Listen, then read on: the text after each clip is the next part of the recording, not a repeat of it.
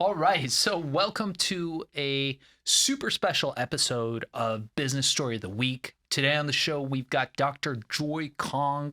Dr. Kong is a renowned physician and a trailblazer in the field of stem cell therapy. I know a lot of people have a lot of questions. So, for this live broadcast, if you have questions, put them in the comments below. Make sure to like and subscribe if you like the content that we're putting out here. Please ask your questions only in the comments, and we will make sure to get your response promptly. We'll try to get to everybody. Dr. Kong is a board certified specialist in psychiatry, addiction medicine, and regenerative medicine. 3 board certifications, and she's a leading voice in anti-aging therapies. Beyond her groundbreaking medical work, she's also author of an inspiring memoir called Tiger of Beijing, which chronicles her journey from China to the United States and becoming a leader in the transformative world of stem cell research. Dr. Kong, welcome to the show. Thank you so much, Shakin. It is such a pleasure to be here. Yeah, great to have you on. And to my right is going to be my co-host on the show today, Nathaniel Getzels, who is an amazing business person in the world of real estate and business, involved in a lot of different things, but also very interested in exosomes and stem cells. So we got you on here. I know you're a huge fan of Dr. Kong, so we got you on. Yeah, I'm a huge fan. I'm really excited to be here. I'm gonna geek out a little bit with you today. I'm really looking Let's do forward to it. it. I was super excited to get the opportunity to meet you in person. Thank you. So today I wanted to ask you about your book. We're going to start out a little bit with your story here. So Tiger of Beijing, you describe some pretty profound challenges that you faced growing up. Can you tell us a little bit about how those experiences shaped your resolve to pursue regenerative medicine and what that means even? Yeah, well, there's so many things. First of all, I think I grew up in an environment that respects the complexity of the body. I think anybody who's grown up in a very traditional environment, whether or not you're Indian family or maybe from the Middle East or or Chinese, Eastern Asia, that there's this traditional form of medicine that respect the holistic system approach of the body. And then there's the Chinese approach. So one thing that stood out when I was growing up was my experience with my mom's illness. When she was 43 and I was only 13, my brother was only 6, she was diagnosed with multiple myeloma. And everybody thought she would be dead within a couple years. And she was in a hospital, the best tumor hospital in Beijing, so all of China. She was there for 6 months, got 6 rounds of chemotherapy, lost all her hair with blackened veins. She's fainted multiple times. And most of the people who were on the same ward, she said they walked in and they left on a stretcher, dead. So after 6 months, she said, enough, I'm done. Get me out of here. So all she did was going to a Chinese medicine doctor who specialized in immune system and got a concoction of all these herbs and probably animal parts and all these things that my dad was brewing every morning and every night.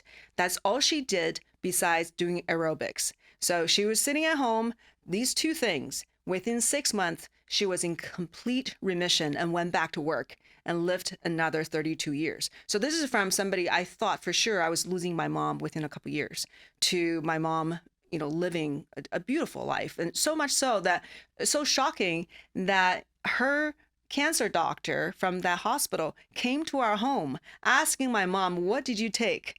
Please give us the formula so we can use that on our cancer ward. So that's one thing that definitely helped shape how I view different forms of medicine. Wow. And I really appreciate that about you. It's funny, I talk to my wife, she's here in the studio today, and I tell her all the time, like, never hire a fat personal trainer, never hire a broke financial advisor, right? And similarly, I want my doctors to be healthy. And we're looking at you and I'm like, man, this woman is healthy. Like, we look at you, your skin's good, you look healthy, you look fit. But most doctors are not that. Why because is that? they did not have the tools. When I went to UCLA, I was telling you, I lived in Culver City. Um, we probably had about half an hour of education on nutrition. And of course, we knew nothing about supplements. We don't know anything about how to make sure our body is functioning optimally. Wait. How long did you go to medical school for? It was 4 years, 4 years of medical school, and you had how much nutritional information? maybe half an hour. Half an hour in 4 years. Yeah, these are the vitamins and these are the minerals.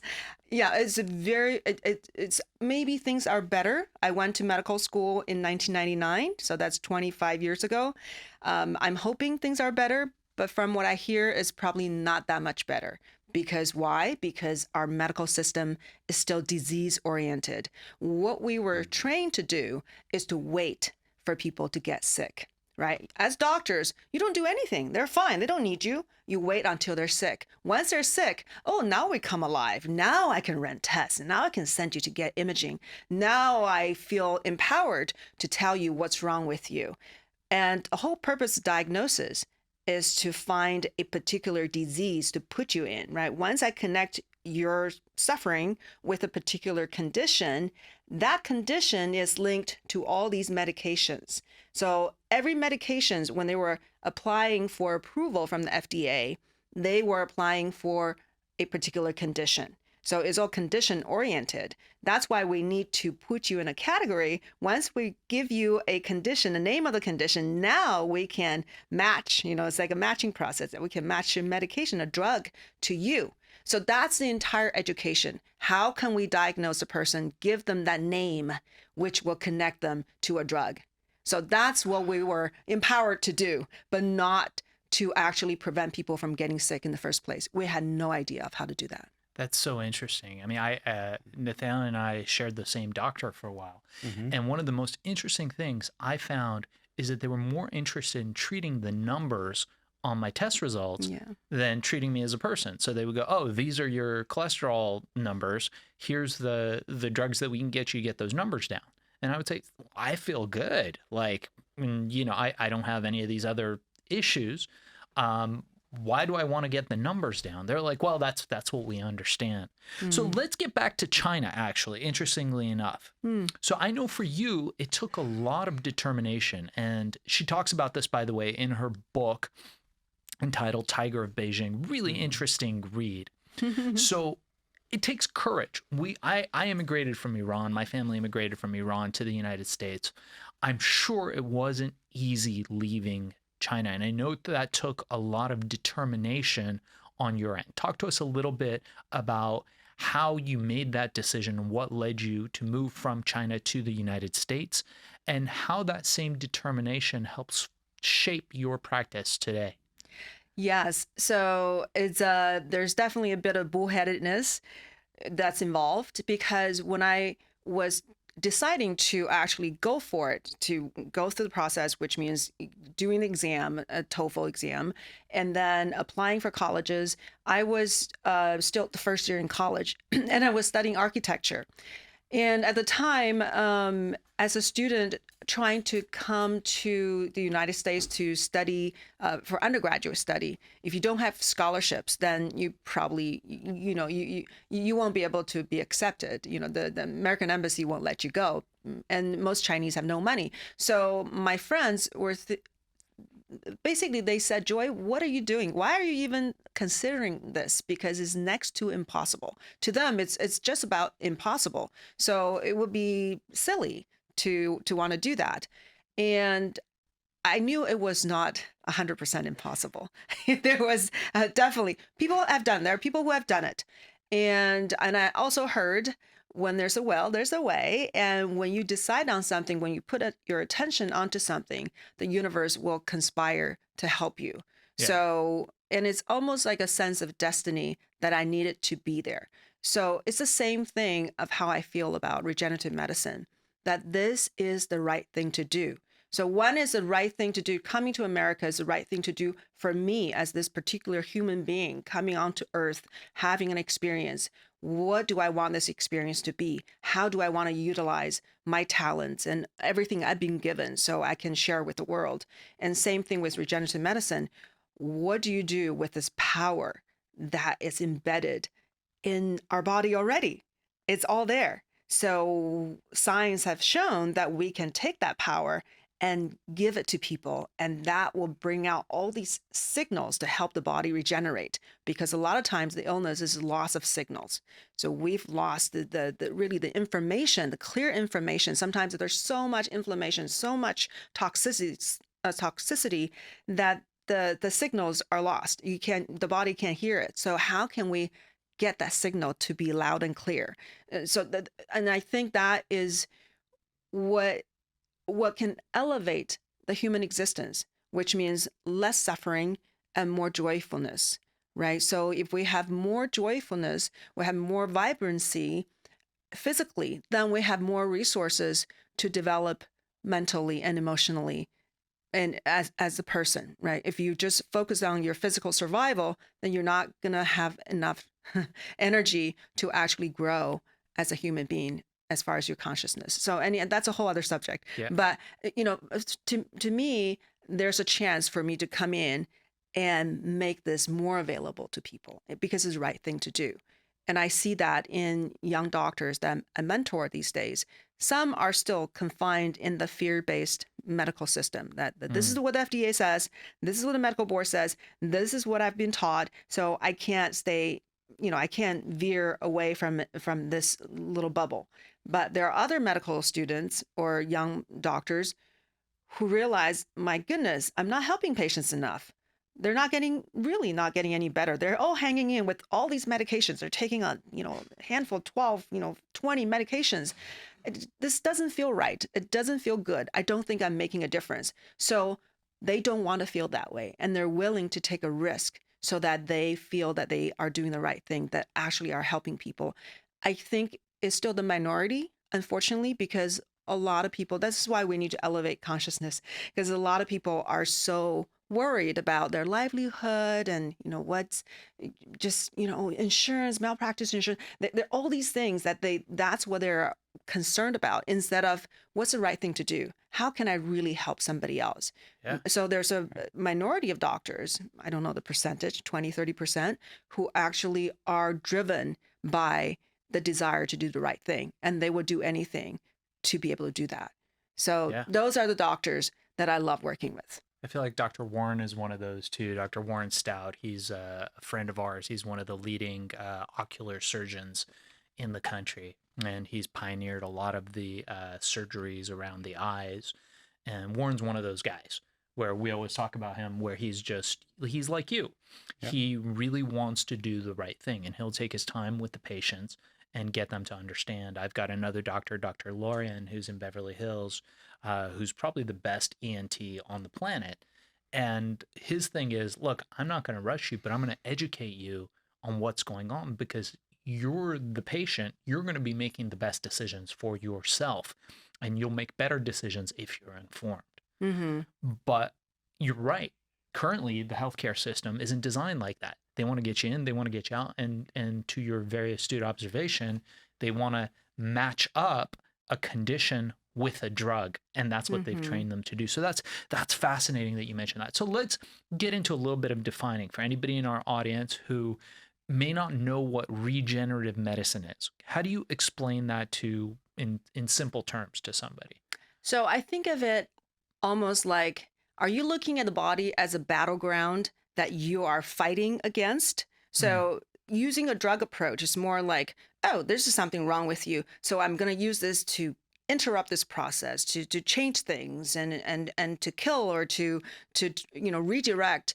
A lot of times is antagonistic view of how to deal with the body. Whereas regenerative medicine, you're actually tapping into what the body is capable of doing. So if the body is capable of repairing itself, how can I give some kind of treatment to allow the body to just do its own thing? So basically, enhancing the body's capabilities that over time has been lost, because when we were born, we were very capable of regenerating. And as we get older, there's more toxicity, there's more inflammation. Gradually, the ability is lost. So then we come in, that's the whole point of anti-aging medicine, is to dial back the decline that's perpetuating this motion of not being able to receive signals. So then we can use any methods. We can use PRP, we can use ozone therapy, we can use different supplements and stem cells, all that to make the signal loud and clear in the body, so the body is, or the mechanism of function of the body better, the cellular function, all of a sudden they can just do their own thing. So getting out of the way so nature's intelligence can come in and perform basically life's miracles.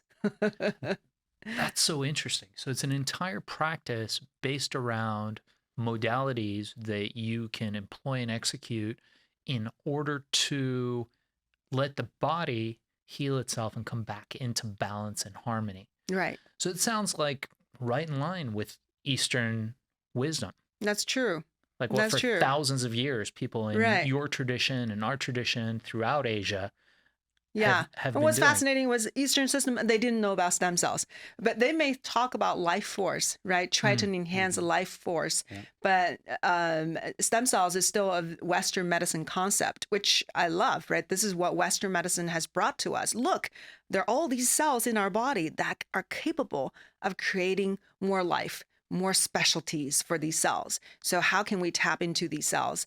That's why it's accepted in both the Eastern medicine, the more holistic approach in medicine, and Western medicine, because it's science-based, but it's very holistic. It's about bringing the regenerative potentials.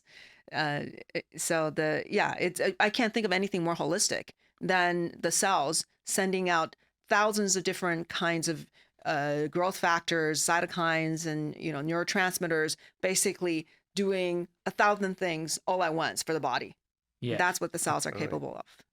So let's talk about this a little bit. So as far as stem cells go, I want you to explain to us, to somebody who knows nothing about stem cells, what stem cells are. I know you are probably the leading stem cell doctor, certainly in Los Angeles, but probably in the world. I know that people come to you from all over the world to your practice specifically for stem cells. We've heard on Joe Rogan how he's gone to Mexico and gotten stem cells in his knees. Eddie Bravo, another jiu-jitsu practitioner, also big fan of stem cells.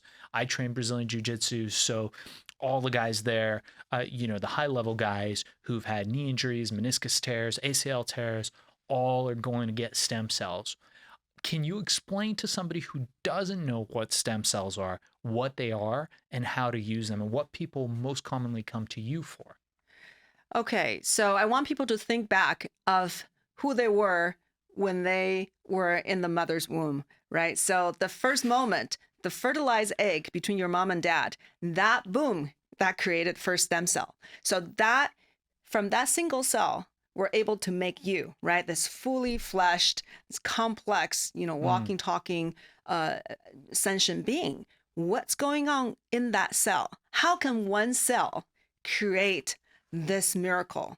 So that is the intelligence we're trying to tap into. So what makes a stem cell? The definition is that the cells have a capability for self-renewal. So they can make more copies of themselves. Not only make more copies, but they can make copies that are more specialized. Often when the cells divide, when a stem cell divide, it divides into a copy of itself, identical copy, another copy that's just a little different, that's gaining function, able to do certain kind of work. So in that, because they are able to do that, they can always maintain a copy of itself while giving out more offspring. So that's really the definition of stem cells. And we used to think that only in the bone marrow we have stem cells. After the bone marrow transplant, we realized there are stem cells. Now we realize there are stem cells all over the body. But when we say stem cells, is not a single kind of cell. There are probably thousands of different kinds of stem cells, because from the first fertilized egg, which is full of potential, up to day 5 to 7 after fertilization, that's when you can actually get a cell from this little ball of cells in the early embryo. And each of those cells is an embryonic stem cell. So those can form an entire human being. So from that, all the way down to now, let's say you have, in your liver, there are liver stem cells specific for regeneration for liver. What's the stem in stem cells for? The stem, it just means capabilities, really. That and the root, right? The root of something else. Okay. So it's able to give out offspring. Okay. And so the stem is the original root, and then when it give out offspring, it can be more specialized. Okay. Yeah. And so where do stem cells come from now? If I come to you and I want to get stem cell therapy, or if I go to a clinic somewhere and I want to get stem cell therapy, where does that material come from? Is it grown in a lab? Does it Yeah, come see, from... initially the first stem cell treatment really was the bone marrow transplant. That was from the 1960s. Oh. And we thought that was the only place where stem cells are around. And then we realized, stem cells are everywhere. You can get from fat. So in your fat tissue, it's not really the fat, it's the blood vessels that are supplying your fat. All along the blood vessels, there are stem cells. Those there are a lot of mesenchymal stem cells. You can get it from the early birth source. So from the birth, the umbilical cord, the placenta, amniotic fluid, very few cells, but some cells. And you can get it from dental pulp, menstrual blood. I mean, really, we have stem cells everywhere. Mm-hmm. So when people come to me, we're using a form of therapy that's a little bit more broad at this point. We're giving people cells, what we call mesenchymal stem cell. That's the majority of the type of cells I give. I give other cell types too, from the umbilical cord, which is the earlier source, which has been shown to be much more potent than the cells in your own body that we can obtain. And they're also safer because there's less potential for them to promote cancer growth. From umbilical cords, from birth, healthy life births. Healthy life. And people Donate these? Yes. Okay. Mm-hmm. So there are companies that specifically work with birthing clinics and hospitals and ask mothers if they want to save the cord for themselves. If they say no, which 90% of them say no, then they're asked if they want to donate. Yeah. So these are heavily screened for all kinds of infectious diseases that's required by any organ transplantation processing, and also screened for any chronic illnesses, family history, toxic exposure, etc. And also in the product that I use, we do not accept any COVID vaccinated donors. Yeah, because of certain concerns of the genetic changes and yeah. So it's not. I think there's enough concern for us not to allow that, just to prevent the potential of jeopardizing. Yeah, because you don't know what you're doing, right? Because it's our DNA, and there might have been some type of manipulation of it. The microRNA, the not microRNA, the mRNA, yes, they do go everywhere. They get everywhere into the human tissue. So we don't want that to be affecting the recipient. Right, but newborn babies. Oh, I guess it's the mother, because the mother. Yeah, we do not accept mothers who have been vaccinated. So that narrows down yes. quite a bit. So it must be expensive, I would imagine. That will add to the expense, but they were expensive in the first place. So definitely we're much more selective. So if you got your own kid's umbilical cord when your kid was born, can you use that to get stem cells for yourself? Yes, you can. Your kid is is 50% identical to you as far as genetic material, right? It's not identical to you. Ideally, you're saving that for your own kid, not for yourself. So we're using cells that have been donated, right? Mm-hmm. Tissue that have been donated from a stranger. That goes to, the mechanism of action of why these cells work in the first place. So should you use something that's more similar to you or something that's completely from somebody else that you don't know? Because we know the way cells work is by providing clear signals to your body for regeneration and repair. And majority of the cells actually die after they've worked in your body, after they've been activated and they've done their work. Nothing lives forever. They don't either. So because that's how they work, you don't really have to have something that's identical to you or as close as possible, because they don't stay in your body. They tell your body how to repair. This has been proven over and over and over in research studies, almost like ad nauseum. If you start reading research, everyone says, okay, so we proved in this study that the reason this tissue regenerated, let's say, the heart muscle regenerated, and we realized that none of the new tissue that was formed came from the cells that we put in the body. It all came from the person's own cells, because your own cells were so stuck before the stem cell treatment. It couldn't provide these copies and to make more tissue for you. All of a sudden, you give stem cells, you bring immune system on board, and you're sending the clear signals to break down scar tissue and tell the local stem cells, hey, wake up. It's your time to shine. It's your time to actually really help the tissue repair. And that's how it works. So you don't have to have identical cells. Is that what they're talking about when people talk about zombie cells, and that the stem cells can regenerate zombie cells? Is that the same thing, or is that something a little different? That's a little different. Okay. Yeah, the zombie cells are just cells are senescent or not working well. That can actually be detrimental. So you want your immune system to be able to get rid of it. Once you can get rid of the zombie cells, now all of a sudden you're freeing up space. Now you can have a new healthy cell to take its place, and that's how you can help the body to rejuvenate to a younger state. So stem cells, I know, are very controversial, particularly in this country. And oftentimes when I see it, it's met with skepticism from several people. I personally know people in mixed martial arts who it's been a game changer for them, and in all areas of medicine. And it's funny, one of my doctor friends tells me, look, stuff doesn't have to be right for you for, it doesn't matter if they did a clinical trial on 5,000 people. You needed to work on a clinical trial on one person, and that's you.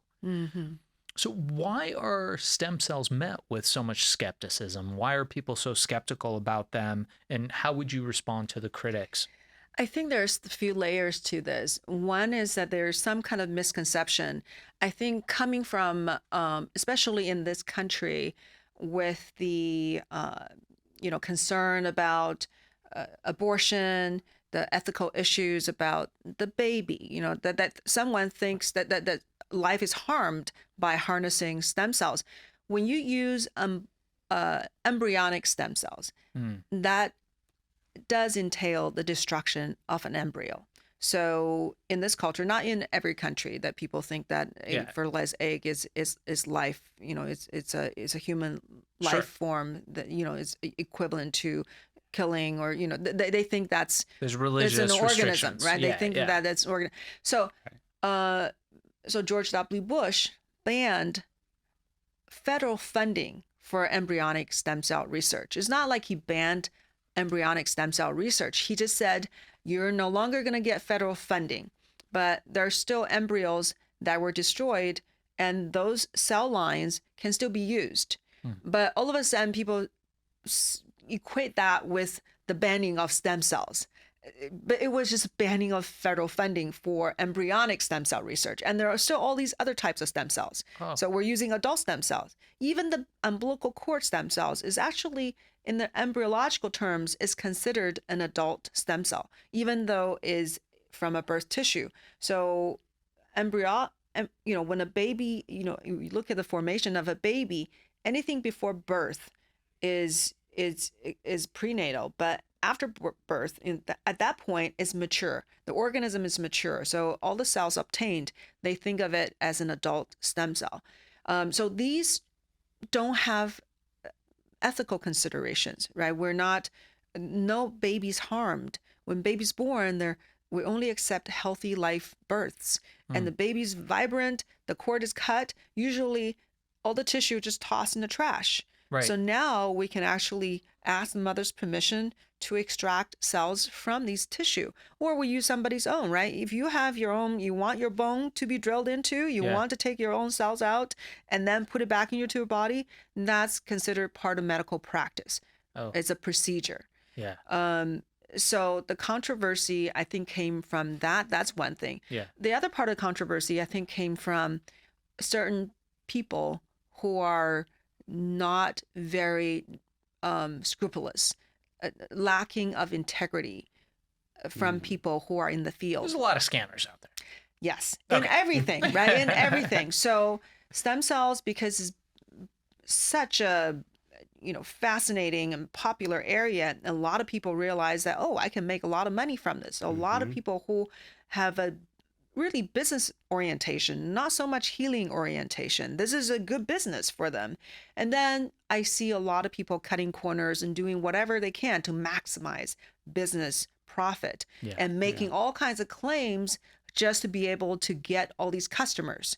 So they're not treating patients, they're treating customers. These people are giving the industry a bad name. So I think the combination, so a lot of people are skeptical Yeah. because so many people are just making extravagant claims. Yeah. So how do you, because, I see all this stuff about different, the million people are trying to sell you stem cells and exosomes therapy and all these things. So how do you know what's good and what's not good? Like, I'm like, well, that one looks pretty, but I don't really know. Right. So how would, as a, not doctor, how would I know that? Well, and that takes a lot of research. So even as a doctor, you will have the same question because the reps from different companies would try to sell you products. Right. How do you know what they're telling you is the truth and their process is actually really good to generate the best products? So that's where I come in Mm, because I've seen so much claims and so many companies doing things that they shouldn't be doing, that were against the FDA regulations or simply just not not ethical. So a lot of these things where they're like, it's 30 million parts per million or whatever, that really, a lot of that doesn't really mean anything. It's just marketing, yeah? Or, um, it gets very complicated mm-hmm, because some companies are still afraid to talk about life cell count because the FDA, in its brilliant mind, mm-hmm, somehow thinks that if you talk about cells being alive, that means you're really talking about a drug. Okay, this is their logic. If you're talking about the cells being alive, that means you think how the benefit came about is because of the metabolic activity of the cells. So if you're talking about metabolic activity of the cells, now that makes the cell a drug. So just go figure with the logic, right? One yeah, day this is all going to change. I think there's going to be more intelligence and science behind certain regulations. Yeah. But at this point, that scared a lot of people, including companies.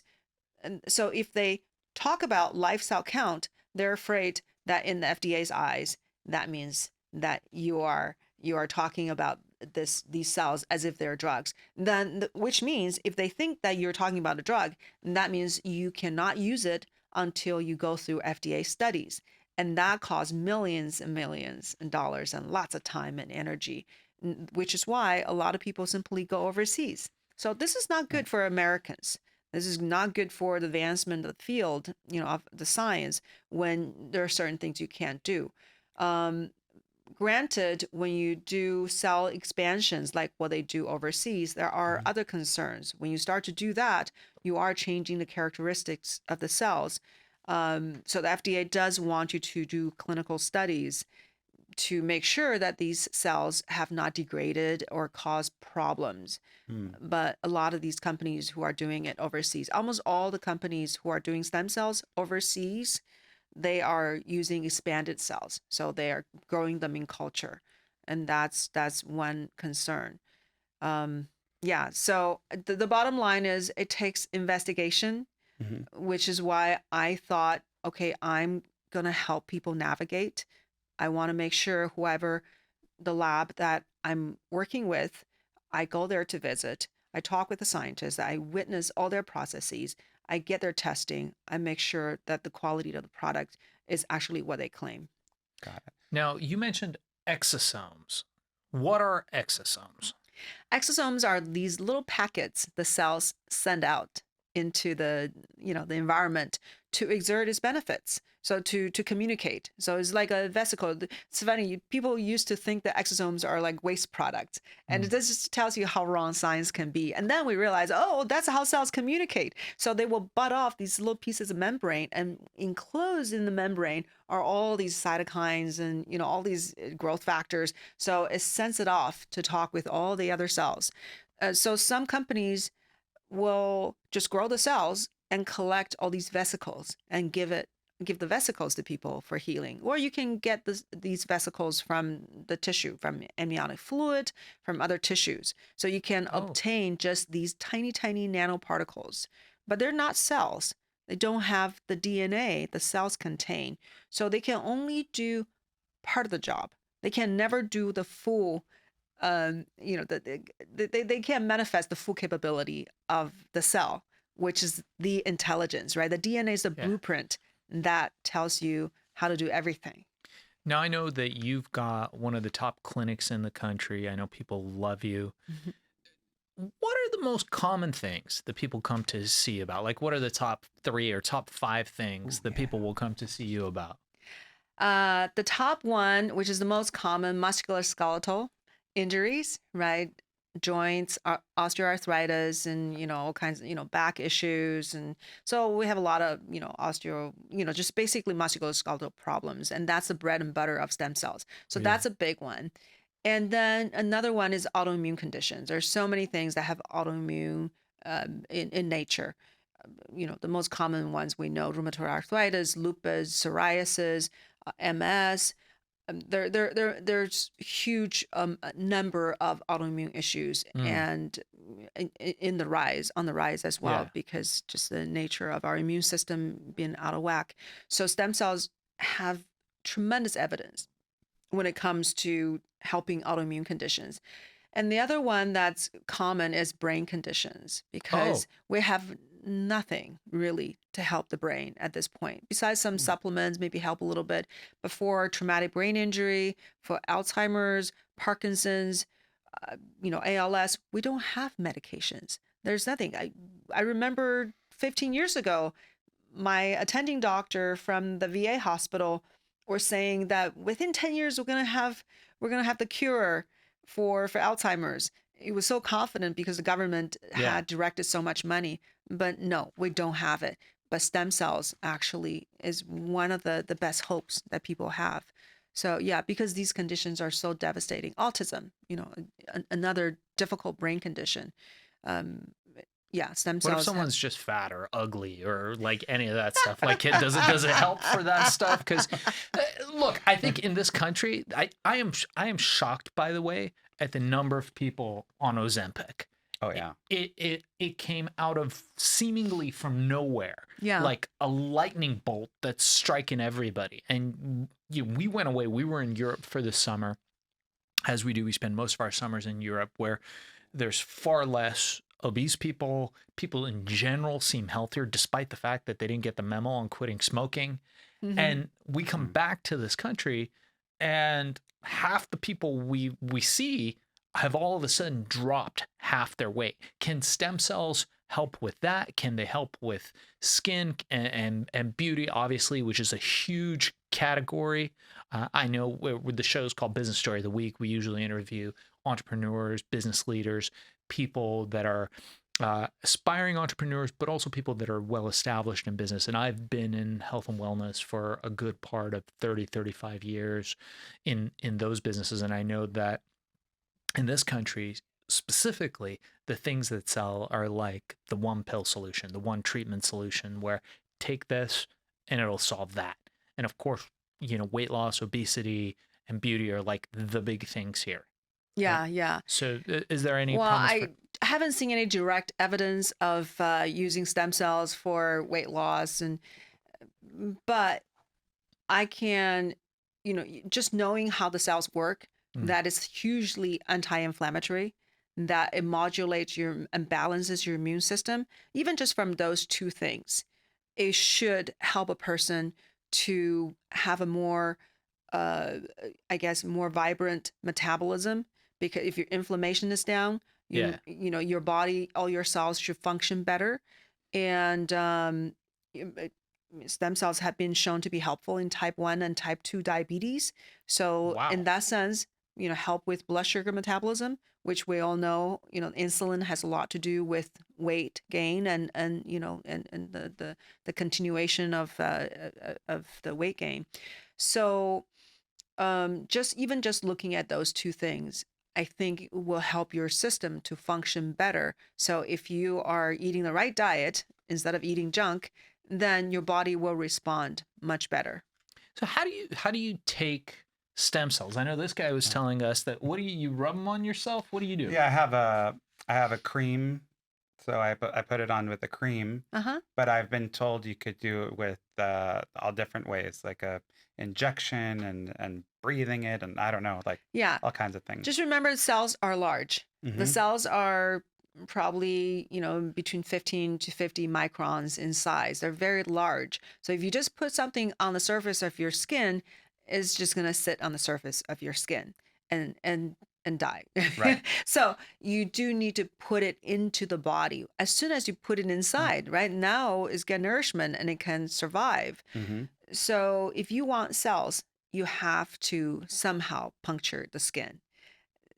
You can do subcutaneous injection for skin rejuvenation. You can inject, really anywhere. Which is the best. Which is best. Yeah. Okay. I don't think anything can rival the incredible benefits of intravenous stem cells. Intravenous, meaning Yes. I come to your lab, you hook me up to an IV, Yes. and I got placental stem cells going into my body. Tell us about that process. This is fascinating. Yeah, so we do a very comprehensive approach to maximize the benefit of the cells because cells don't function in a vacuum. You need a lot of the right nutrients, and you need the blood vessels to allow the cells to travel, right? The dilation of the vessels. So there are many factors. So we address all those factors in the treatment. But when somebody comes in, first of all, they get a very comprehensive evaluation to really look at, do we want to approach just the IV route? Do we need local injections? And then we talk about what can go into it because we add certain supplements that can give your body the kind of the elements to regenerate, right? You need amino acids to build new tissue, and you need blood vessels to have dilations. And so the cells can actually get to places where it needs to go. And you need, vitamins and minerals so the cells can communicate, right? Can actually work with each other. So all these things are given to a patient to optimize the treatment result. And then when the person comes in, we do an ozone therapy first. So that's using ozone is O3, right? So three oxygen molecules become 2 ozone molecules. Sure. And when we mix that with the blood and then give it back to patient, there are a lot of these ozonides, which are highly immune modulating, these tiny, all these diverse group of molecules that can help the immune system to function better.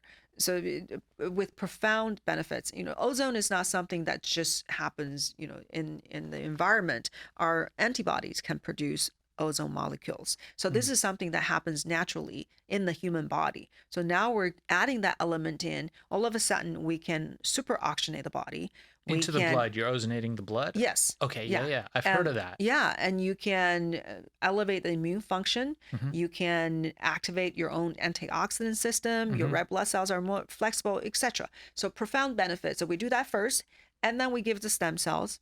And then we give certain vitamins. And in the meantime, we use laser technology to help enhance your body's mitochondria function. And also we can direct the cells to a certain degree. Let's say you want something for your heart.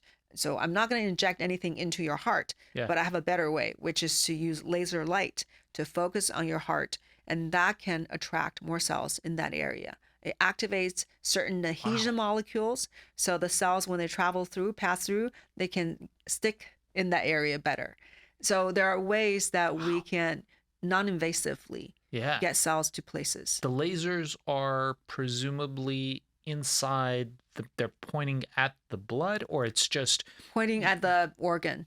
At the organ. Yeah. So, all right. So I'm going to come into your office.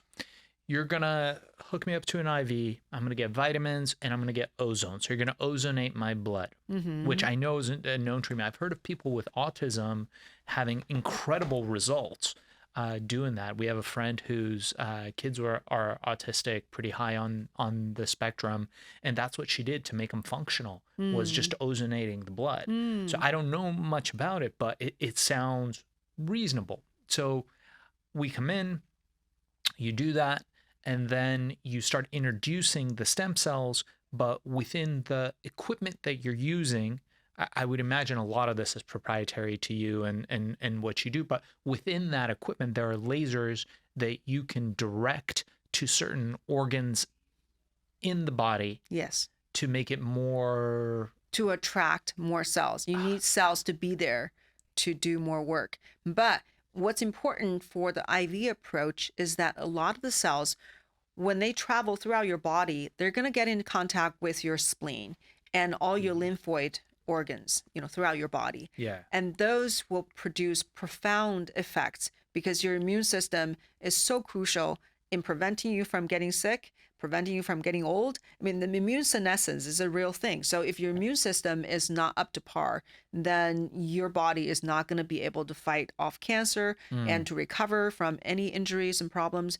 So IV stem cells can talk to your immune system and it can activate your immune system. And I think that's one reason why it's so powerful for autoimmune conditions. So is it like a general health thing? So like, all right, so in my 20s, like I could bounce back from anything, right? And I train now with guys that are in their 20s, mixed martial arts. We train, and like I have to train differently because if I get injured, it's going to be a month out, 2 months out. These guys, you can throw them on their head, on the neck, whatever, and they can get the same injury, but they bounce back like 20 minutes later, right? Yeah, I love it. You just illustrated the principle I've been talking about is that we start to exhaust our stem cell supply as we get old.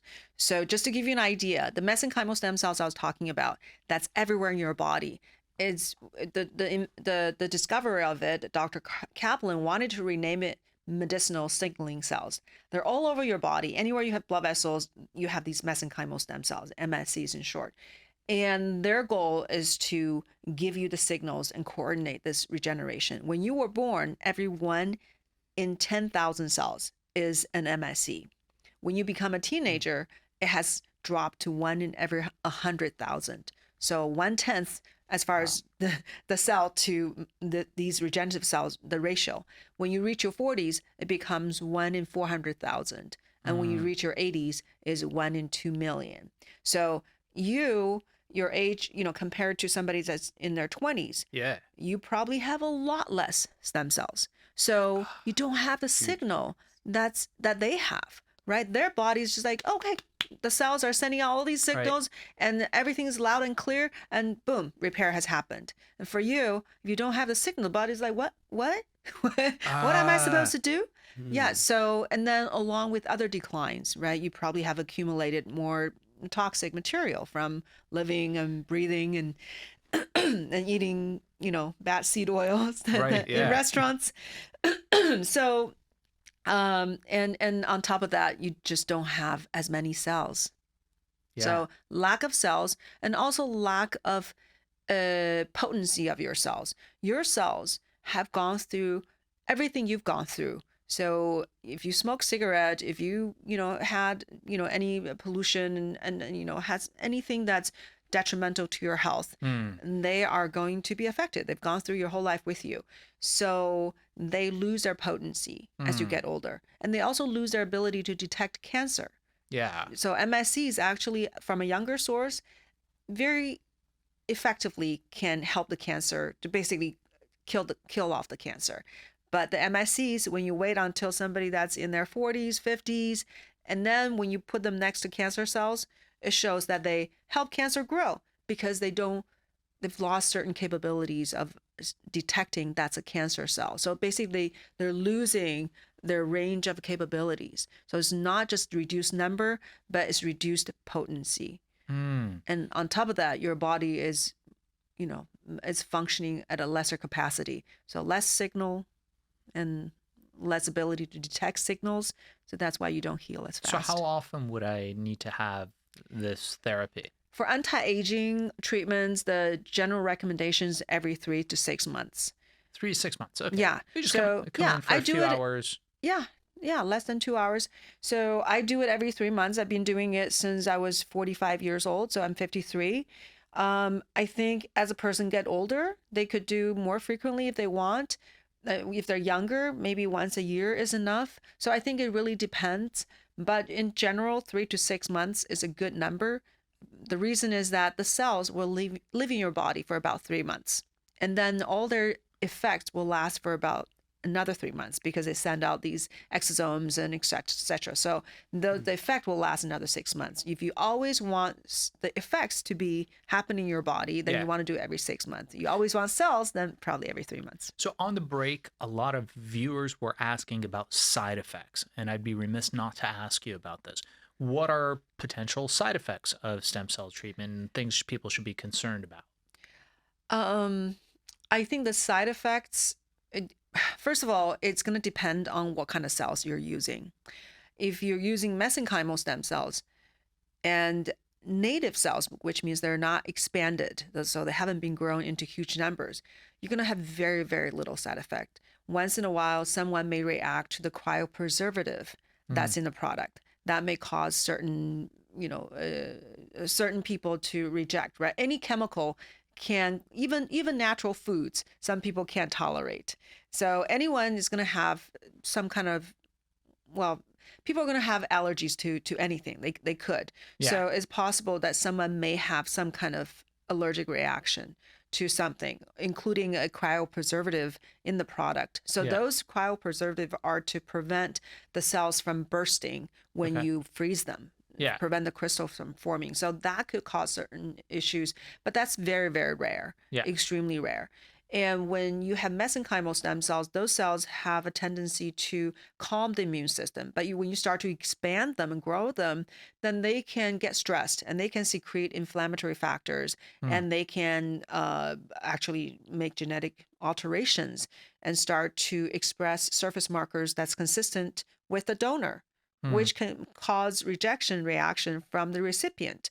This is one of the major side effects I've seen from stem cells overseas when people use these expanded cells, that Tony Robbins talk about the cytokine storm as if that's something that you should expect when you get stem cells. That's really a side effect that you shouldn't have if you're using the right source. So the source of the cells is important. The ones that you use, that's not a thing.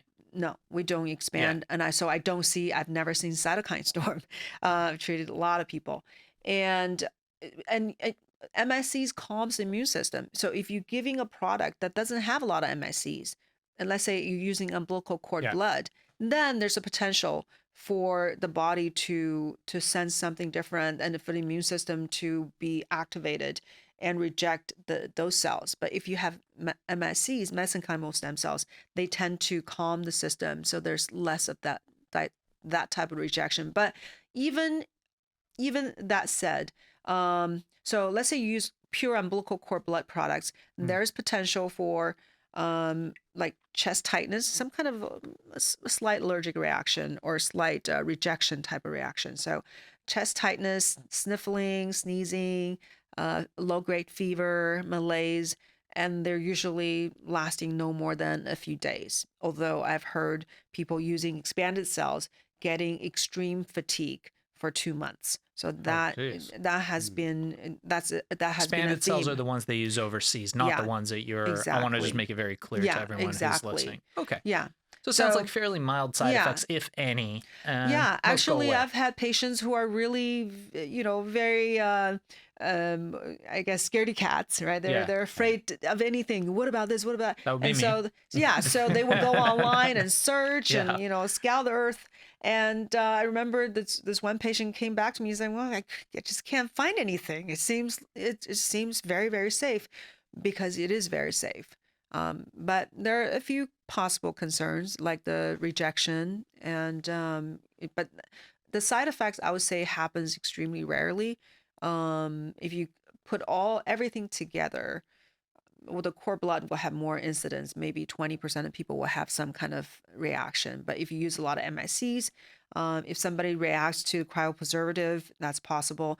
But no more than 1 or 2% of the people may have some kind of issue. You're my kind of doctor. I like you because I get the feeling that you're more honest Oh. then you should be. Oh. So I feel like you're just on. Most doctors are like, yeah, you're fine. You're fine. And I feel like you will tell the patient exactly what the thing is, regardless of, any of the other Yeah. issues, which is I mean, I awesome. have to be honest. I mean, that's just, that's the way to live. So tell us, as we're approaching the end of this, I know if you've got a couple questions, you can throw them up too.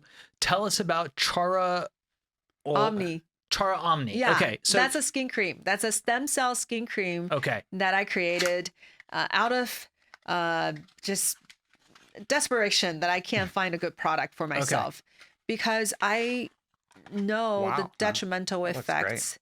Thank you. Detrimental effects of all these ingredients that these companies put in cosmetics, and they can be huge hormone disruptors and have a lot of unforeseen side effects. And I just wanted something natural, and I just had a hard time finding it. And these have actual stem cells in them.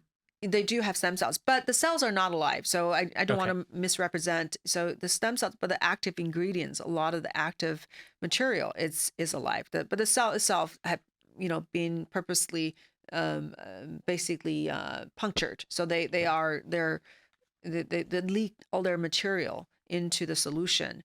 So it's a combination of stem cells, a lot of interesting peptides that have been shown to have proven benefits for skin regeneration, and then a lot of natural herbs and antioxidants and prebiotics. So everything is natural, is 100% natural. Even the preservative is natural.